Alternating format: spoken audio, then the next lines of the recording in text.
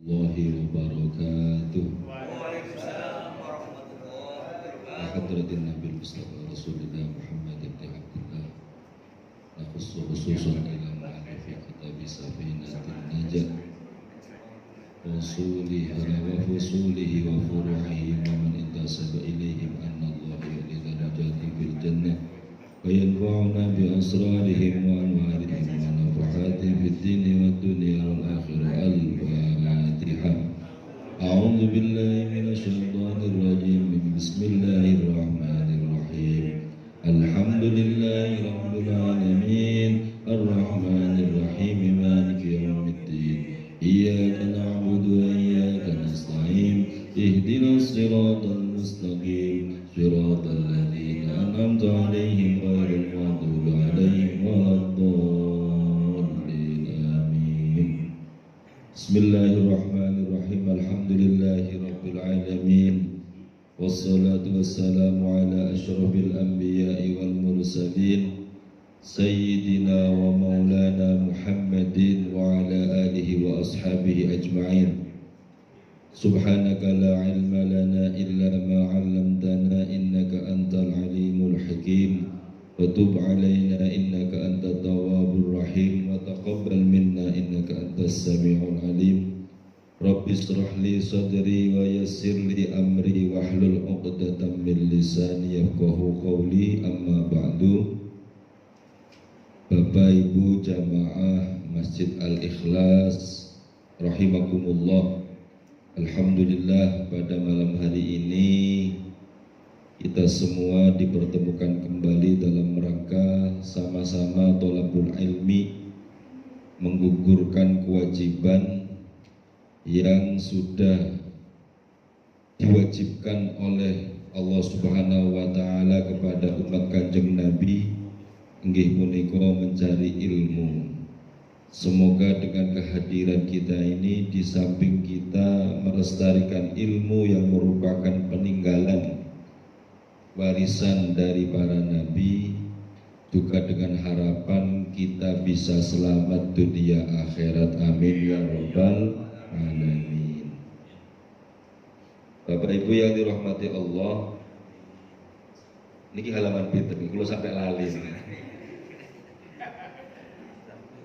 Iya, satu pertemuan terakhir niku mboten bahas kitab ketinggalan ya, bahas masalah kurban. Insya Allah halaman 30. Saya ini kilometer. Nek mboten kehitung ya. Perkara yang membatalkan wudu. Insya Allah mboten ya. Bab ingkang dibahas niki supados wonten judule nggih, mboten merambah ten pundi-pundi, membahas tentang perkara-perkara yang membatalkan wudu. Bapak Ibu jamaah Masjid Al-Ikhlas, perkara yang membatalkan wudu. Setiap ibadah di dalam Islam itu ada beberapa rangkaian, ada beberapa poin-poin. Seperti sholat itu ada syarat, rukun, perkara yang membatalkan. Kemudian puasa ada syarat, rukun, perkara yang membatalkan. Nah, ibadah-ibadah itu kenapa kok membutuhkan ada rangkaian-rangkaian yang harus dipenuhi? Karena ibadah-ibadah ini ibadah murni atau ibadah mahdhah, ibadah yang memang tujuannya karena untuk menghamba kepada Allah, termasuk wudu, maka di dalamnya itu ada rangkaian-rangkaian yang harus dipenuhi. Sampun dijelaskan syarat, rukun dalam bab wudu. Sekarang membahas tentang rangkaian di dalam wudu, nggih punika perkara-perkara yang membatalkan. Terkadang tiyang niku ngertos carane wudu, Apa carane wudu? Krono gampang ketok. Ningali tiyang wudu bisa dibaca. Orang sholat bisa membaca. Makanya Gusti Kanjeng Nabi niku terkalane ngajari sahabat sholat. Iku mboten neko-neko. Shollu kama ra'aitumuni usolli. Pokoke nek pengen sholat, tontonan aku sholat. Ya. Nah, maka beberapa ibadah itu tidak harus diterangkan secara detail. Walaupun sebenarnya wudhu ini khusus wudhu itu diterangkan detailnya atau rangkaian wudhunya itu sudah diterangkan di dalam Al-Quran. Jadi mulai membasuh muka, kemudian membasuh kedua tangan, mengusap sebagian kepala, itu ada di dalam Al-Quran. Tapi di dalam hadis Kanjeng Nabi disebutkan hanya beberapa sifat Kanjeng Nabi ketika melakukan wudhu seperti ini. Nah, kita ketika menerima ibadah ini mudah untuk membaca orang lain. Nah, kadang ngerti carane wudhu, ngerti carane sholat, tetapi ngapunten kathah sing boten ngerti detail-detailnya perkara-perkara yang membatalkan ibadah tersebut. Banyak dari ibadah apapun perkara yang membatalkan itu kadang boten patek direken, ngapunten. Sholat, puasa, mungkin juga zakat, apalagi bab haji, urusan haji ataupun umroh. Itu perkara-perkara yang membatalkan, baik membatalkan secara esensi ibadahnya atau menggugurkan pahalanya. Ini ada sudut pandang berbeda dari ibadah. Jadi ada perkara itu kadang hanya batal ibadahnya, tapi dia tetap dapat pahala.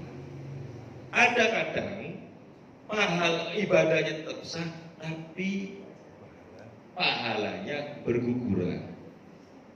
Ini ada pada, kalau pahalanya berguguran itu ada pada puasa, ada pada haji, pada umroh. Sholat juga bisa, kalau wudhu tidak ada. Murni pure fikih kalau wudhu. Jadi boten enten istilahnya orang berwudhu kemudian tidak mendapatkan pahala wudhu, itu nggak ada. Kalau dalam bab sholat ada, bab zakat ada, bab puasa juga pasti ada karena lebih jelas, atau bab haji umroh juga ada. Kalau bab wudhu boten enten.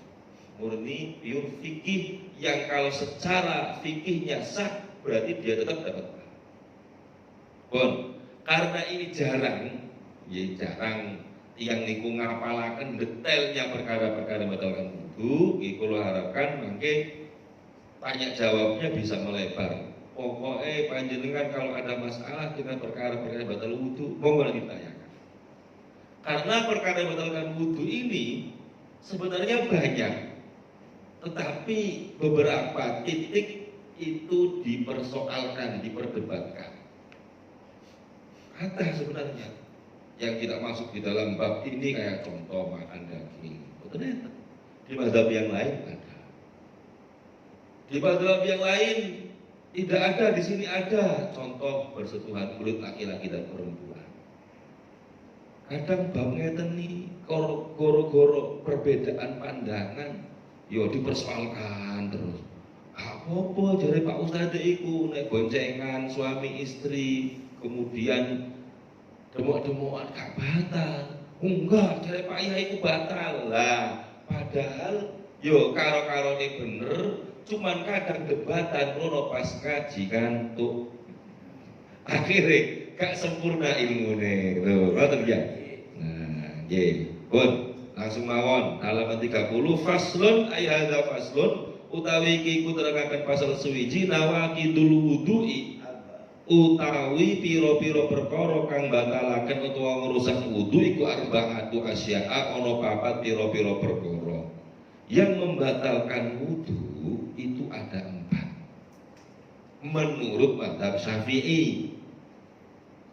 Mazhab yang memang banyak diikuti oleh penduduk Indonesia pada khususnya atau dunia pada umumnya dan tidak menutup mazhab-mazhab yang lain. Maka sing kula ngertos kula terangaken. Sing boten kula ngertos nggih boten kula terangaken. Nonton dia. Ada 4. Yang pertama al-awwalu utai kang kawitan iku al-khariju perkara kang metu min ahadis sabilaini saking salah siji dalan loro min kubulin saking dalan ngarep au duburin utawa dalan buri rihun iku rupa angin au ghairuhu utawa liyane angin illal maniyah angin metune mani atau angin mani. Yang pertama yang membatalkan wudu adalah keluarnya sesuatu dari jalan belakang, jalan depan. Niki kula membicarakan jalan belakang, jalan depan niku nek terang-terangannya, nek jalan depan itu adalah kelamin, nek jalan belakang adalah dubur atau pantat. Ngoten nggih? Nah, cuman bahasane jalan depan dan jalan belakang. Kaya wong kajenge mlebu pegawe lewat jalan depan dan jalan belakang. Lewat orang dalam. Ordal. Nggih. Kados ngeten. Kalau ada sesuatu yang keluar, apa saja, baik itu angin itu berarti dari jalan belakang. Kalau laki-laki, tapi nek perempuan, ngapunten nggih, ibu-ibu, ya kula boten tau ngrasakaken tapi sering disurhati. Wong ibu-ibu ku nek semisal metune angin iku gak teko mburi tok, teko ngarep bareng kadang yang metu. Terutama kadang pas waktu. Ngoten ya Bu, cirose lho ya. Kula ngikutin kertas ngoten lho. Biasane jamaah niku ngoten curhat. Ya napa niku hukume pas waktu iku sing metu suarane gak ning dhuwur tok. Ternyata ning kesel dua melu waktu ngoten lho. Apa saja kalau itu keluar dari kelamin laki-laki maupun perempuan ataupun keluar dari dubur baik laki-laki maupun perempuan, maka batal hukum wudunya. Nggih, batal hukum wudunya berarti kencing, kentut, BAB atau niku wau sing ibu-ibu kadang keperucut ngoten nggih, tetap keluar apa saja. Ataupun ada kalau dalam istilah kedokteran madhi itu kotoran-kotoran lendir, apa saja illal maniyah, kecuali yang tidak membatalkan wudu adalah keluarnya sperma. Niki ngeten, ngapunten. Jangan diartikan ketika keluar sperma itu terus batal, tidak batal wudunya. Betul, orang yang keluar sperma itu tidak menyebabkan tidak menyebabkan batalnya wudu. Tetapi ini ada tapi lagi, secara alamiah orang itu kalau sebelum keluar sperma, keluar mani, disebutkan dalam bahasa kedokteran ada keluar mani. Ngapunten, lendir-lendir. Nah, yang itu biasanya keluar sebelum keluar sperma. Sementara kalau keluar mani tetap membatalkan wudu. Jadi ngapunten, semisal ada kasus kan, enten tiyang mantun wudu, mari ngono keluar sperma karena syahwatnya besar. Keluar spermanya tidak membatalkan wudu, tapi sangat dimungkinkan ketika sebelum keluar sperma keluar dulu cairan-cairan lendiran yang itu bisa menyebabkan juga batalnya wudu. Sperma itu memang tidak najis, tetapi keluaran lendiran atau madhi yang keluar sebelum sperma itu najis. Jadi sperma nggak najis, tapi sesuatu yang keluar sebelum sperma itu dianggap najis. Keluar sperma tidak batal wudunya, tetapi ada sesuatu yang lazim keluar sebelum keluar sperma dan itu dinyatakan batal wudunya. Nah, terus nahan wudu sing paling angel iku nggih sing pertama niki. Amen panjenengan badhe napa mawon, badhe salat, sing paling abot sing pertama niki ya nahan kentut. Ya, nahan BAB. Nek litu-litu niku gampang. Nahan. Pokoknya apa saja ini harus ditahan kalau memang panjenengan sedang aktivitas ibadah. Karena ketika sholat itu, ketika ibadah itu membutuhkan wudu, kok ternyata di tengah-tengah keluar kentut semisal, maka secara otomatis ibadahnya menjadi gugur dan harus diulangi. Panjenengan di tengah-tengah sholat kentut batal, harus diulangi lagi. Panjenengan di tengah-tengah tawaf batal tawafnya, maka mulai mengulangi laginya itu kekurangan berapa putaran. Misal orang niku kalau tawaf niku jadi semua rangkaian ibadah haji atau umroh yang memerlukan wudu itu hanya tawaf. Itu bukan perlu wudu, saiki niku mboten wajib wudu. Niat mboten wajib wudu. Orang ketika haji di Arafah, ya ketika duduk di Arafah aja nggak harus selalu daimul wudu. Tapi ya eman-eman, semisal pas enten ten Arafah kok batal wudune nggak langsung wudu. Ketika di Muzdalifah ya nggak wajib harus berwudu. Ketika di Mina ya nggak wajib harus berwudu, kecuali kalau dia mau sholat, maka wajib wudu. Lah ketika tawaf dari awal sampai akhir itu wajib wudu.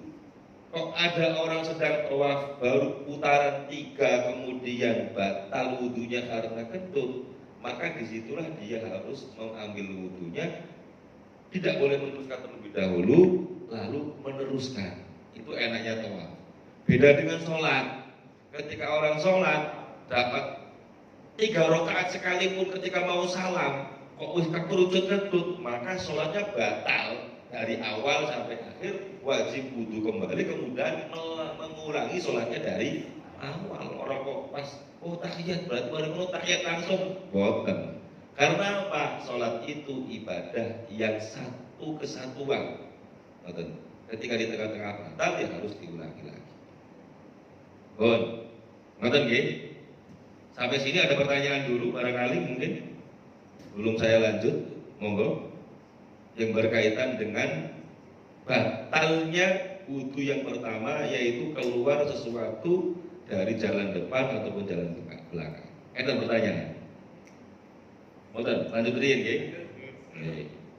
Kemudian astani utawi kang kaping pindho yang kedua. Nah, ini juga banyak pertanyaan dan banyak kejanggalan. Kadang panjenengan lihat janggal. Astani yang kedua iku zawalul akli ilange akal binaumin kelawan sebab turu au wairihi utawa liyane turu illa nauma qaidin angin turune wong kang lugu mumakkinin kang netepaken maqadahu ing tempat lungguhe wong minal ardi saking bumi. Yang kedua yang menyebabkan batalnya wudu seseorang, selain yang pertama kentut, kencing, BAB, yang kedua adalah hilangnya akal. Akalnya tidak bisa dikontrol oleh seseorang. Disebut karena apa? Karena tidur. Atau selain tidur, bisa jadi semisal mabuk atau tidak sadar, kan hilang akalnya, berarti tidak bisa terkontrol. Nah, tidur, mabuk, tidak sadar, ini mengecualikan, yang dikecualikan hanya illa nauma qa'idin mumakkinin maq'adahu fil ardi, kecuali tidurnya orang yang menetapkan pantatnya pada tempat duduknya. Ini harus panjenengan perhatikan. Yang dimaksud ini apa sih pengecualian ini? Yaitu ketika ada seseorang tidur. Jadi panjenengan tentu bisa membedakan mana orang tidur, mana orang ngantuk ya. Kalau tidur itu, pengertian tidur, dia sudah tidak bisa konsentrasi ataupun bisa membaca situasi di sekelilingnya. Wis turu, duka ngimpi, duka pundi ngoten ya. Namanya sudah tidur, hilang akalnya. Tapi kalau ngantuk, orang ngantuk itu kan masih lak. Ya bangun, bangun. Kadang ya masih diajak ngobrol di sampingnya, masih nyaut kalau orang ngantuk itu. Bukan tidur. Jadi pengertian tidur itu terlelap. Kayak orang tidur dengan kesetan, kemudian tidur ngorok dan sebagainya, hilang plus sudah batal. Lah, yang tidak batal itu tidur seperti apa? Tidur, posisi tidur sudah tidak mungkin ngorok, mungkin apa. Tapi posisi tidurnya duduk. Harus panjenengan ngeten niki, nggih. Dan duduknya itu juga ada syaratnya sebenarnya kalau di kitab-kitab yang besar itu. Gak sendenan yang seandainya kalau bersandar jadi bukan sendenan. Jadi tidur, yang tidurnya duduk kalau ada bapak yang ngeten niki. Jadi bukan sendenan. Lah, kalau tidurnya itu sendenan, sebenarnya tidur seperti ini, enten sendean. Yang seandainya sandarannya itu diangkat kemudian geblak, itu batal wudu. Yeah. Jadi yang dimaksud tidak batal ini adalah duduknya seseorang yang menetapkan pantatnya. Kalau cuma tadi duko sikile ngaputri kakinya silo nopo selonjoran itu nggak ada masalah. Yang penting duduknya itu tidak bersandar dan posisi ngapunten pantatnya itu menetap pada tempat duduk. Itu kalau semisal panjenengan nunggu subuh semisal kiai ini gak teko sing imami karo ngantuk-ngantuk bahkan turu utawa sing biasa bapak-bapak wayahe khatib munggah bahkan turu nek kalau sepatu niku mboten batal. Menurut mazhab Syafi'i. Lah, mungkin ada pertanyaan kayak tadi, bagaimana kalau tidur kemudian senderan? Senderan seperti ini. Lah, itu perinciannya. Kalau senderan itu seandainya sandarnya diangkat geblak, kalau dia posisinya tidur bukan ngantuk, batal. Apalagi tidurnya itu plesetan. Nggih. Gletak ngoten ya. Nah, itu juga batal. Apa sih bedanya antara tidur geletak dengan tidur seperti ini? Nah, ini hikmahnya dikhawatirkan ketika seseorang itu hanya dikhawatirkan ketika dia tidur dan posisi pantatnya tidak terjaga oleh tempat duduk.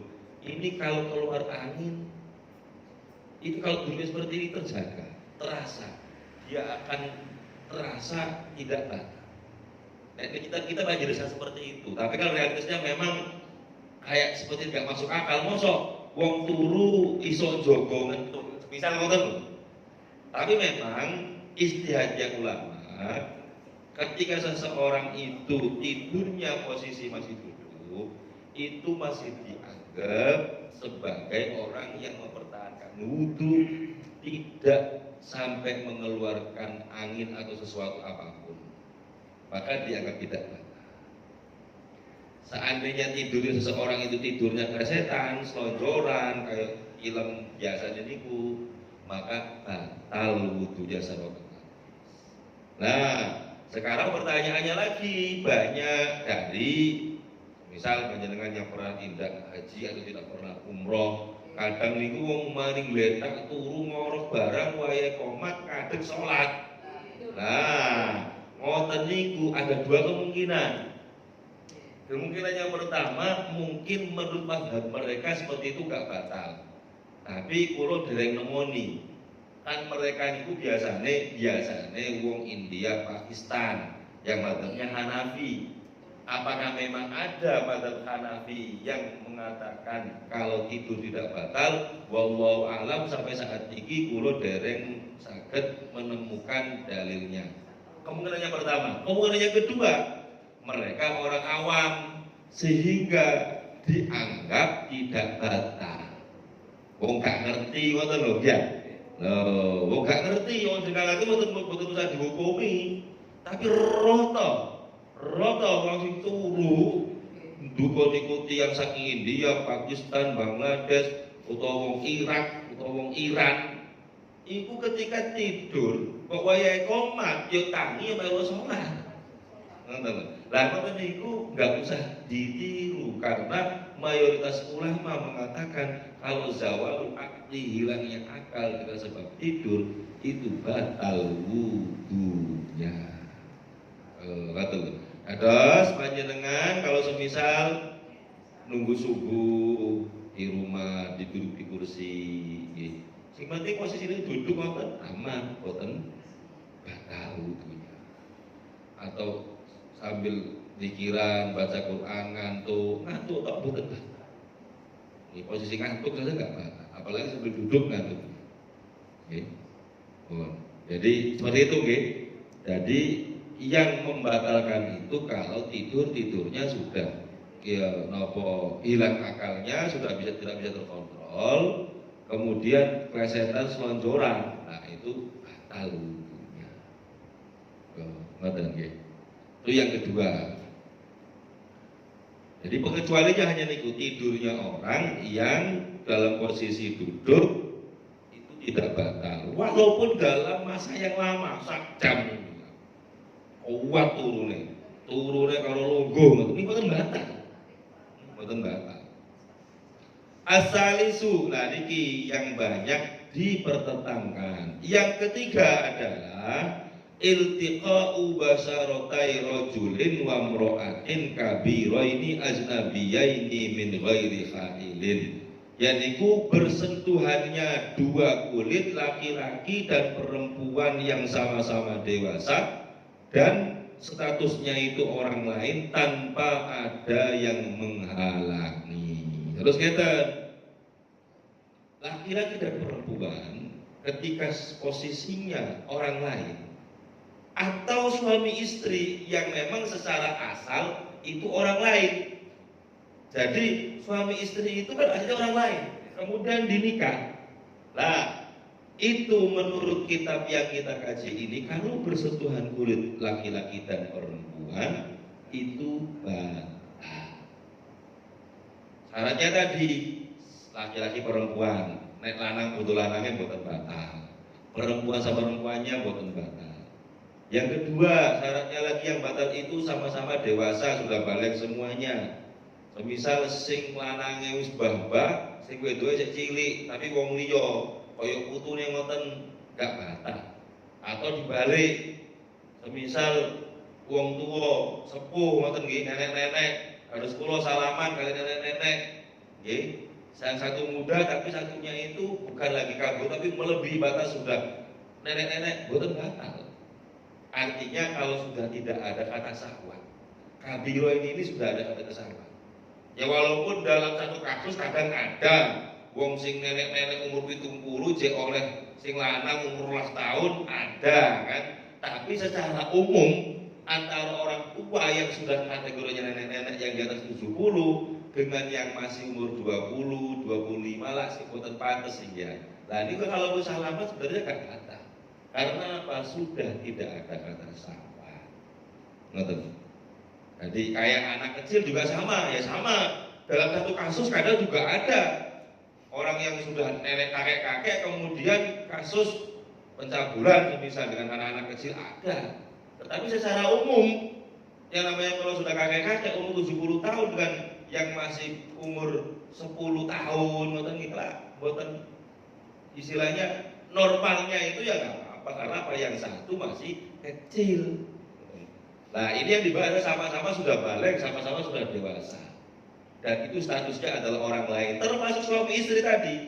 Itu batal menurut mazhabnya Imam Syafi'i.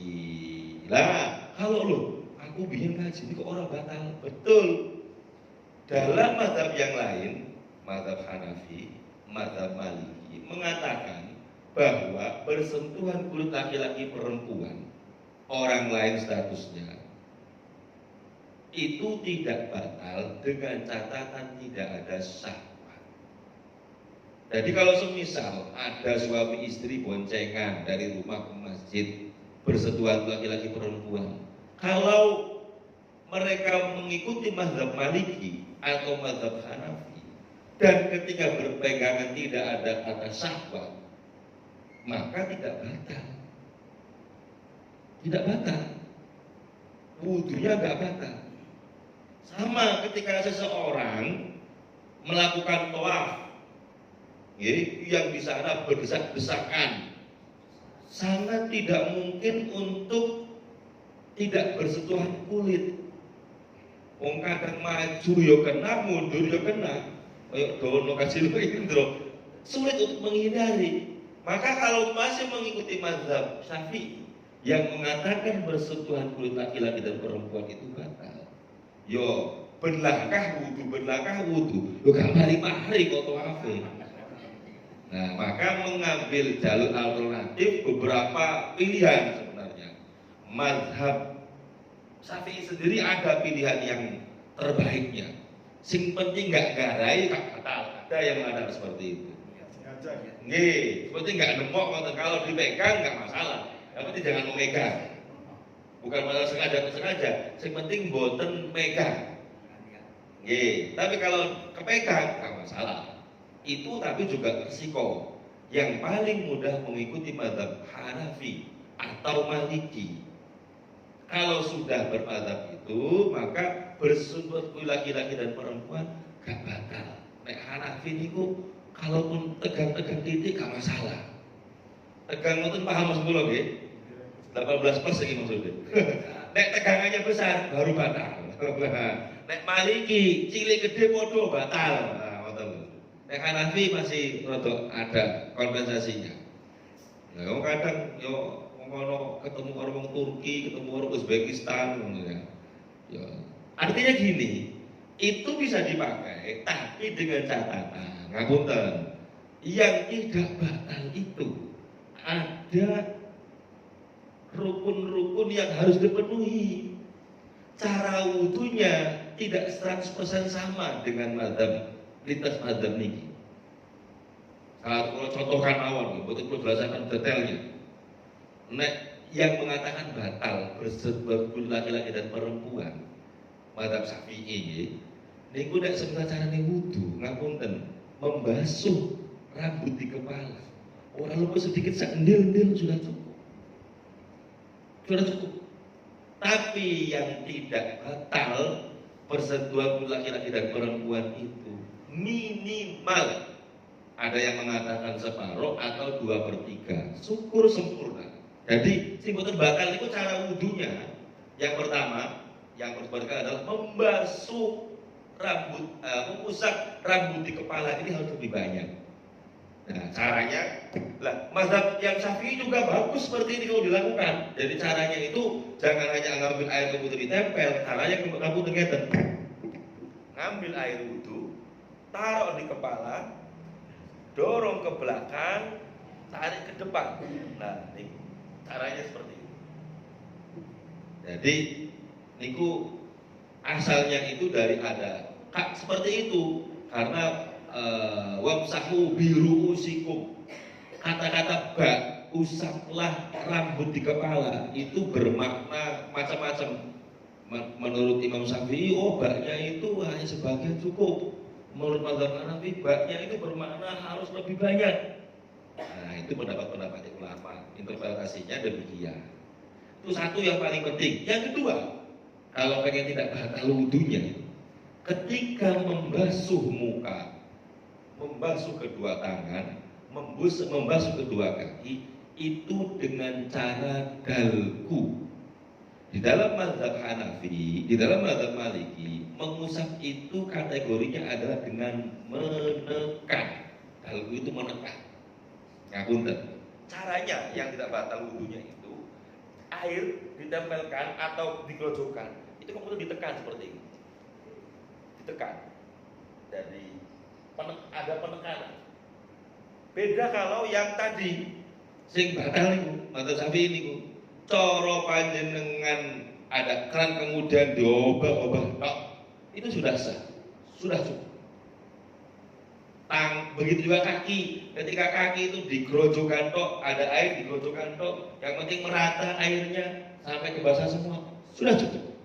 tapi tidak cukup bagi mereka yang bermadzhab Maliki atau Hanafi atau yang mengambil hukum tidak batal ketika bersetubuh laki-laki perempuan niku kedah ditekan, digrojogi kemudian digosok, digrojogi digosok.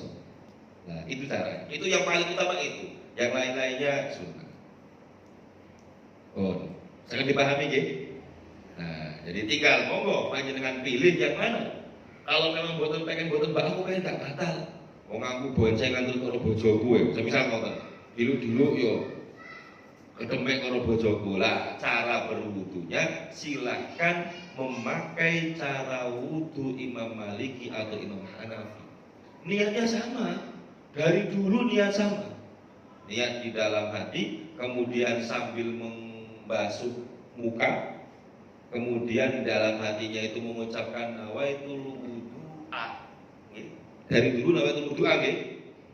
Nah, sini iki sami nggih. Mbok menawi gantos nawaitul wudu B.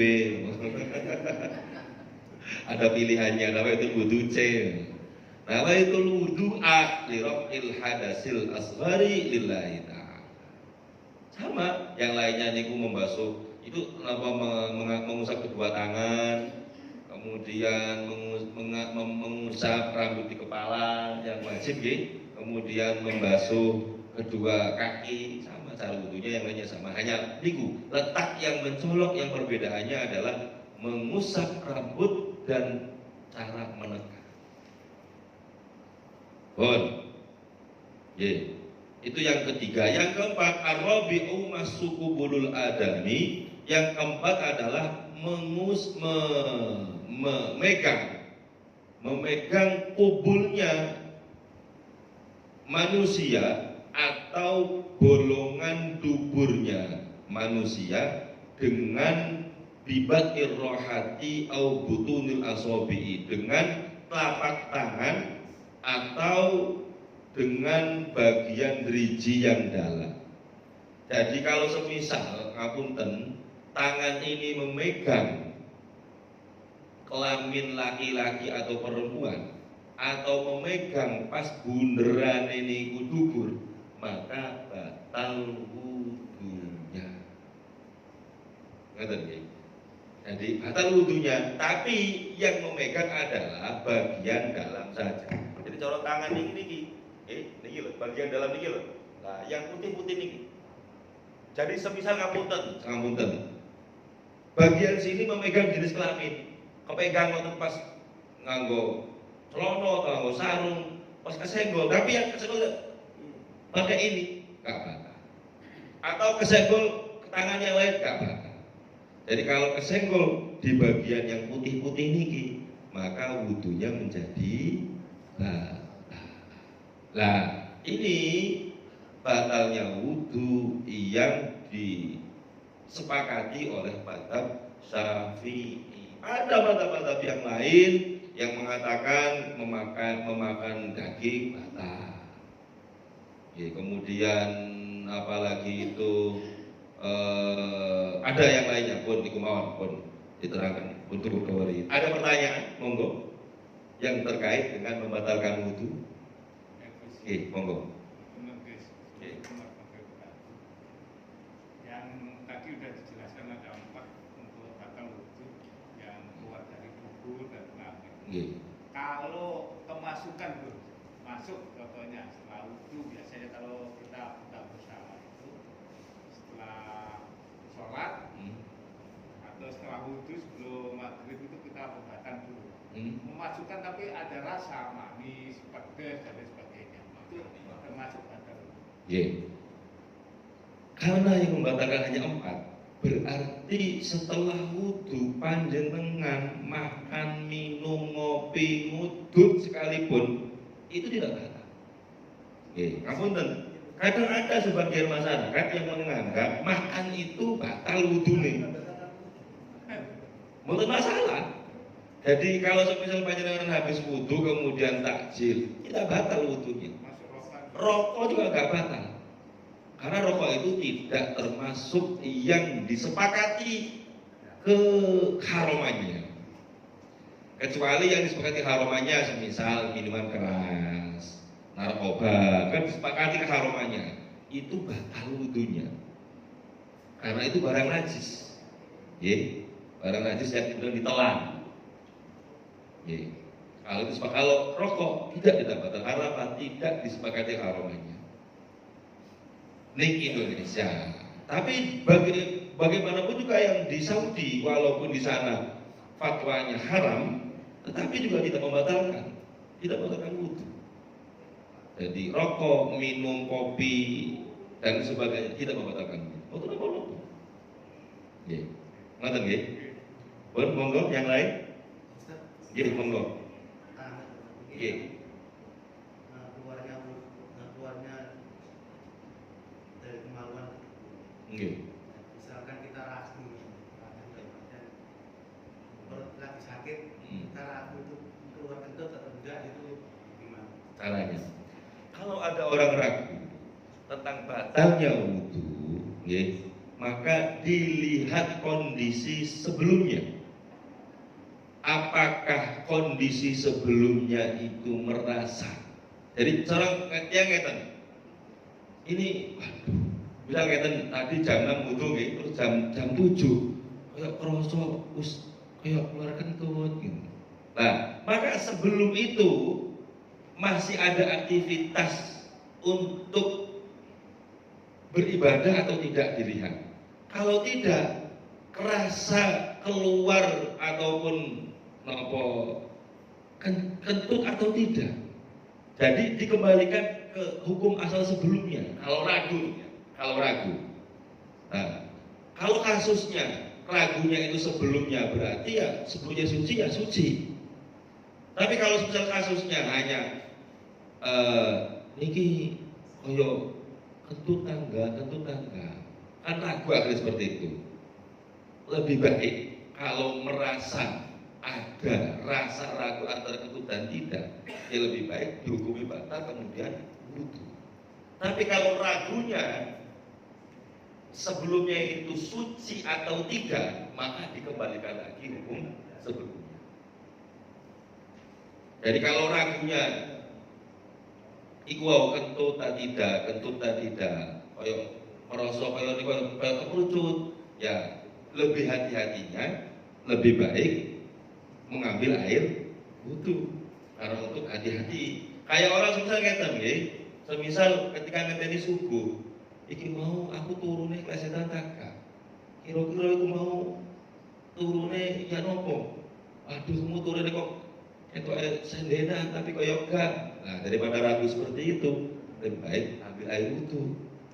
Oh, jelas kalau gitu nggih, untuk ikhtiar hati-hati. Tapi kalau semisal yang diragukan ini sebelumnya ini masih punya wudhu atau tidak, harus panjenengan ngomong ngapunten nggih, misal perjalanan dari mana, ngoten nggih, ke masjid. Nah, iki mau aku mau wudhu, tapi batal kan durung. Nah, maka dilihat aktivitas sebelumnya. Kalau aktivitas sebelumnya itu tidak ke kamar mandi, tidak apa-apa, berarti wudhunya masih ada. Tapi kalau sebelumnya aktivitasnya sudah ke kamar mandi atau mungkin sudah bersudah kulit laki-laki dan perempuan, berarti sudah dianggap batal wudhunya. Dilihat sebelum. Oh, gitu jawabannya. Atau terlalu banyak jawaban? Namun yang lain, monggo, Pak. Yang pertama, untuk menghukumi batalnya wudhu bagi orang yang tertidur, umpama tertidurnya hanya seret gitu, satu aja, cuma tidurnya itu lap gitu, Tidurnya plesetan. lap gitu aja, plesetan tapi lap gitu aja, jadi tidak artinya tidak sampai senyaknya, dia lap gitu aja, tidur tapi tidak tidur, tapi lap gitu aja. Atau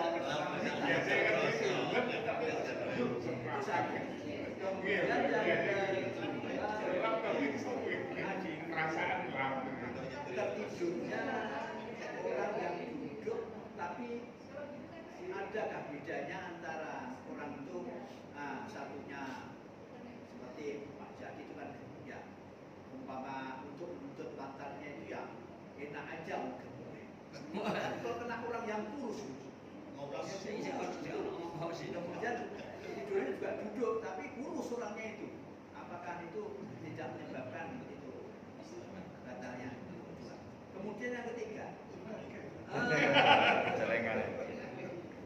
yang ketiga itu yang membatalkan wudhu itu berupa apapun juga yang keluar dari dubur atau kubur atau dubur. Itu seandainya itu yang keluar itu berupa batu kecil umpamanya ya dari dubur itu, apalagi juga tetap membatalkan.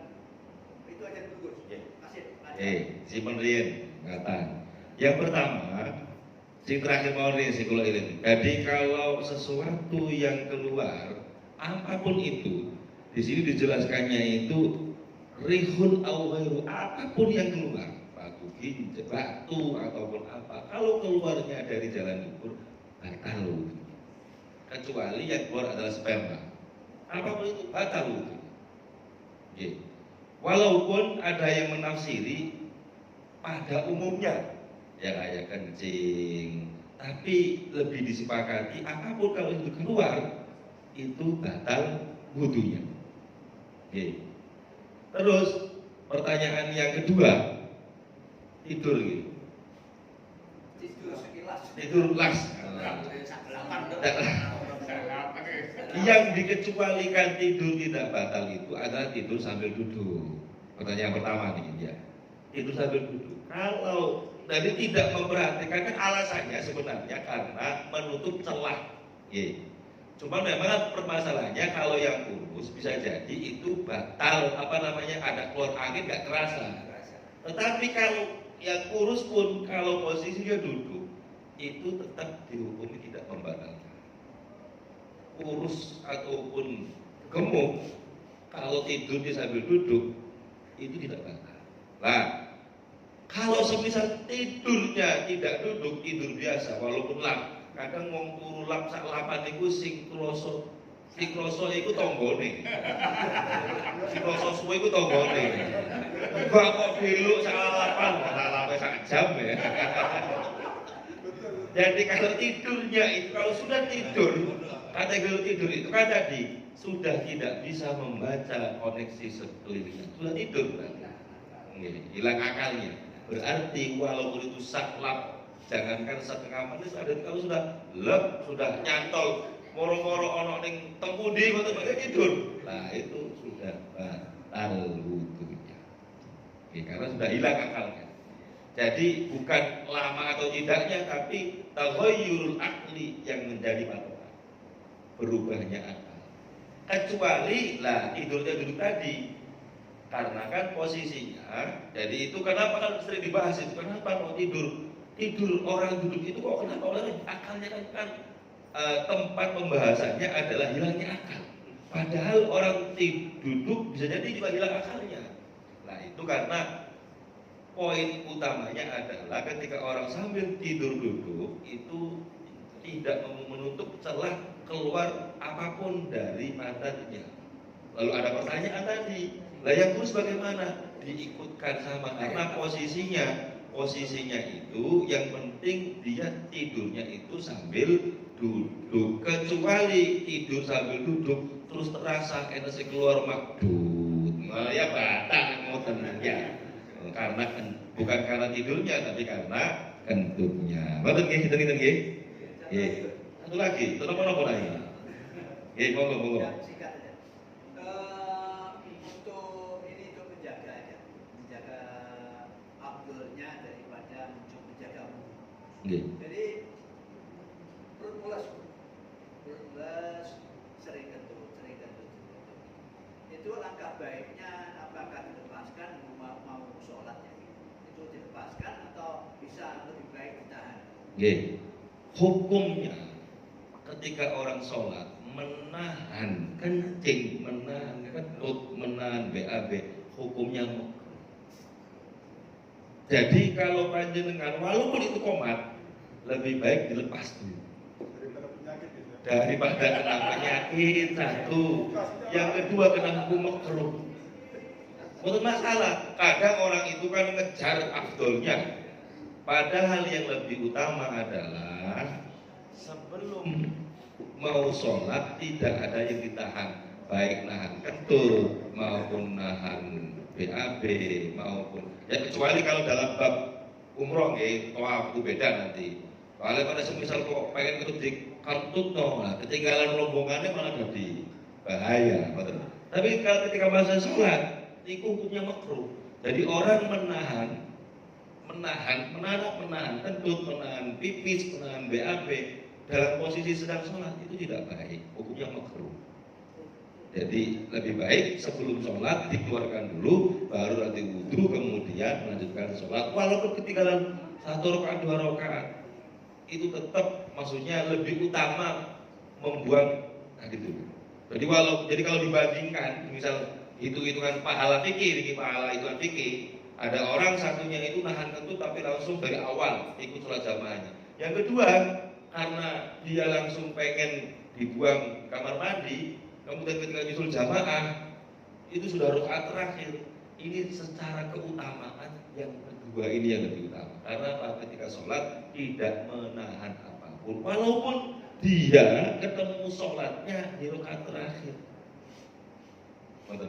sama-sama jamaahnya, tapi keduanya berbeda karena yang pertama tadi nahan dari awal. Nahannya dari awal gitu, bukan nahan di tengah-tengah gitu. Kalau nahan di tengah-tengah nggak masalah. Jadi panjenengan semisal apalagi jadi imam, atau mbak perut jadi ya ditahan di tengah-tengah nggak apa-apa dari awal. Yang hukum makruh itu dari awal. Sebelum sholat kok sudah terasa pengen BAB, ditahan, hukumnya makruh. Nah, nggih. Wonten nggih? Sampun nggih? Pun masyaallah. Satu lagi. Oh, betul kan? Nggih. Ini punya adik, kakak punya adik, adiknya bibi, adiknya bibi. Yang bersihkan kotoran punya adiknya, bukan pegang punya sendiri ya, tapi punya adiknya yang masih kecil tadi, yang masih kecil ya, masih udah, itu kan tetap batal kan? Batal. Jadi kalau yang dipegang kan membersihkan jenis kelamin kan walaupun kecil, bukan kotorannya, maksudnya ya nyenggol alat kelaminnya. Jadi nyenggol alat kelaminnya itu kan kubul ataupun dubur yang dibahas memiliki adalah ketika nyawi ya batal wudunya. Karena alat kelamin yang dipegang tidak diperinci apakah dia masih kecil ataupun sudah dewasa. Kalau yang dipegang adalah alat kelamin, beda kalau megang kulit tadi, laki-laki dan perempuan yang beda umur. Kalau semisal yang satunya kecil, yang satunya sudah dewasa, nggak apa-apa. Kalau hanya kulit, tapi kalau jenis kelamin, nyawi semisal ini pipis, yang apa? Tahu. Ya. Pun guys, kabutan. Nanti kalau ada pertanyaan lagi atau ada jawaban yang mungkin nanti kurang memuaskan bisa ditanyakan lagi, insya Allah di minggu depan. Kalau nanti sambil belajar lagi, barangkali nanti ada kekurangan jawaban, ngapunten sing kathah. Nggih, ngapunten matur nuwun. Assalamualaikum warahmatullahi wabarakatuh.